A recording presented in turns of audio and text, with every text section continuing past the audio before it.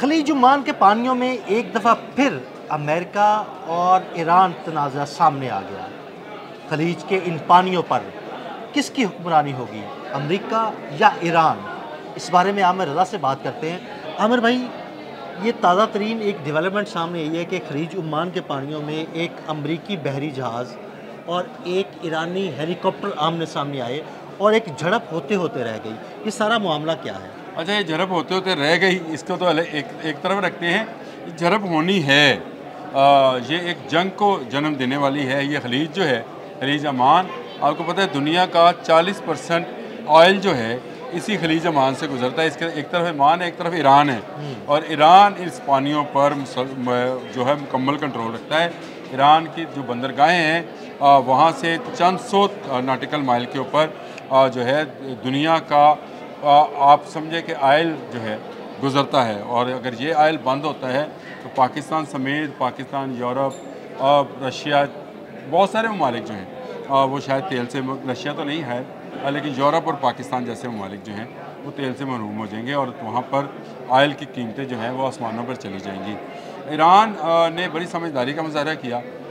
कल SS जो है उनका जेराल्ड, अमेरिकन बहरी जहाज़, वो खलीज अमान की तरफ बढ़ रहा था, तो थर्ड रीजन का जो नेवल इनका स्टाफ है उन्होंने नाबूद से एक हेलीकॉप्टर उड़ाया और तनबीह जारी की। देखिए, अमेरिका चाहता ये है कि जिस तरह वो दुनिया की तमाम इकॉनमी पे काबज़ है या इकॉनमी पे काबज़ होना चाहता है, डोनाल्ड ट्रंप की जो खालिया वो कहता है कि इसको इतना टैक्स देना पड़ेगा, इसको अगर अमेरिका के साथ, तो वो तेल पर भी तसल्लुत कायम करना चाहता है। तेल पर तसल्लुत कायम करने के लिए ही डोनाल्ड ट्रंप ने खलीजी ममालिक का दौरा किया, सऊदी अरब, कतर, बहरीन, सबके, कुवैत गया, और वहाँ पर जाकर उसने बहुत सारी नवाज़शात की और बहुत सारे डॉलर्स की सामान जो बेचे भी हैं। लेकिन एक मुल्क ऐसा है अब बचा जो उसकी राह में खायल है, और अल्लाह का शुक्र है कि वो खायल है।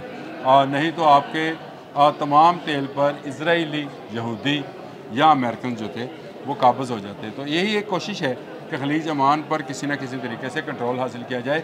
आपको याद है ईरान इजराइल वॉर में भी जिस बंदरगाह को सबसे पहले हिट किया गया था वो बंदर अब्बास थी, और बंदर अब्बास भी इसी खलीज अमान पर वाक़या है।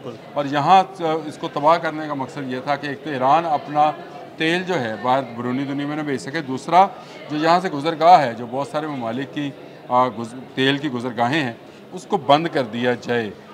ईरान इस वक्त अमरीकी और इजराइली ज़ाइम के सामने एक दीवार चीन है, और मैंने जानबूझ कर दीवार चीन का लफ्ज़ इस्तेमाल किया क्योंकि इसके पीछे चीन है। और ईरान चीन से तेल के बदले असला खरीद। बिल्कुल, ईरान का तेल अल्हम्दुलिल्लाह कभी ख़त्म होने वाला नहीं है, और लंबे अरसे तक वो इसको इस्तेमाल भी कर सकता है और इसको बेच भी सकता है। ईरान आहिस्ता आहिस्ता एक बड़ी फ़ौजी क़ुव्वत बनता चला जा रहा है। अमेरिका को इस बात का शिद्दत से एहसास है क्योंकि ईरान से गुज़र कर तेल दुनिया में जाना है, तो ईरान को तो अपना तेल ना बेचकर भी बहुत फ़ायदा होता है, क्योंकि जहाज़ों को गुजरने की जो इजाज़त है वो ईरान से मशरूत है और ईरान उसमें से अपने पैसे ले सकता है। तो ये बात जो है अमेरिका को हज़म नहीं होती। ये एक टेस्ट था, ये SS जेराल्ड का खलीज अमान की तरफ बढ़ना जो था, ये कोई गलती नहीं है। ये जानबूझ कर किया गया टेस्ट करने के लिए। ये गलती नहीं है, ये हो नहीं सकता कि आपका एक जंगी बहरी जहाज़ जो है वो भटक कर किसी और समुंदर की तरफ निकल जाए। दुनिया के जदीद तरीन नेविगेशन सिस्टम के साथ ये इंटीग्रेटेड होते हैं, सैटेलाइट्स कंट्रोल इनके पास सिस्टम है।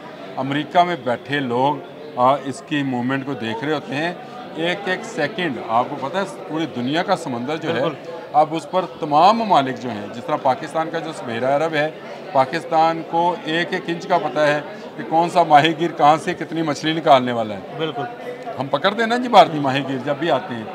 यही हाल है कि दुनिया के तमाम समुंदरों का एक एक इंच दुनिया के सैटेलाइट्स पर मौजूद है और उसके ज़रिए दुनिया की स्क्रीन पर चल रहा होता है। तो हम ये कैसे मान लें कि SS जेराल्ड जो है वो खलीज अमान की तरफ सिर्फ एक गलत फहमी या गलत रास्ता भटकने की वजह से जा रहा था।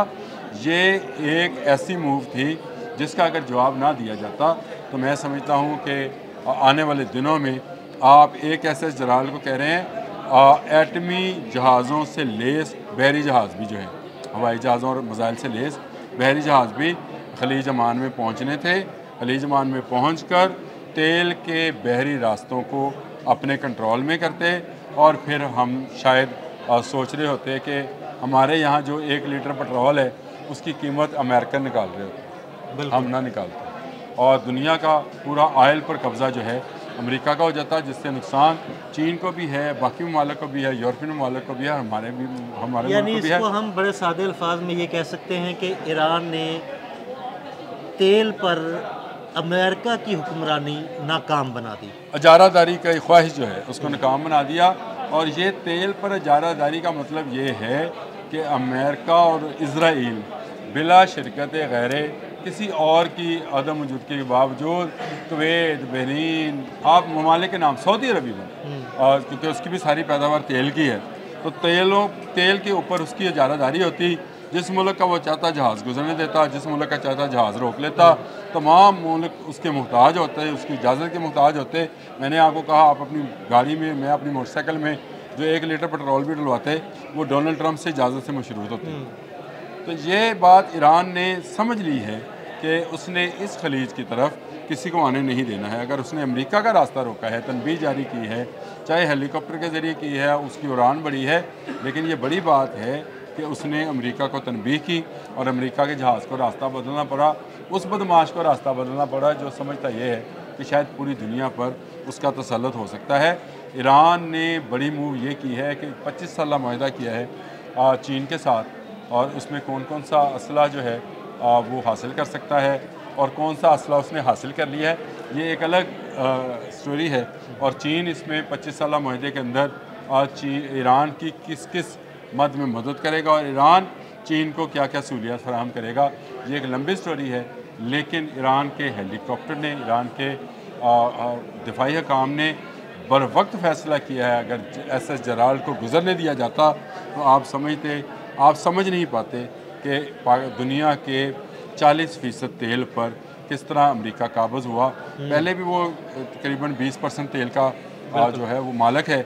40 ये 60% तेल अगर उसके पास होता तो दुनिया के गाड़ी का पहिया उसकी मर्ज़ी से चलना था, जिसका ईरान ने सिर्फ एक हेलीकॉप्टर उड़ाकर, एक तनबीह जारी कर कर उसका रास्ता बदलवा कर बता दिया कि कोई कितना भी बड़ा बदमाश हो, अगर उसके सामने खड़ा हुआ जाए तो उसको रास्ता बदलने पर मजबूर किया जा सकता है। ये ईरान की बड़ी कामयाबी है। बहुत शुक्रिया अनु भाई जी। बिल्कुल, आमिर रज़ा ने बड़ी तफसील के साथ बताया कि किस तरह ईरान ने अमेरिका को तंबीह जारी की और उसके जंगी बहरी जहाज़ को वापस भागने पर मजबूर कर दिया। अदील अहमद और आमिर रज़ा को इजाज़त दीजिएगा। अल्लाह हाफ़िज़।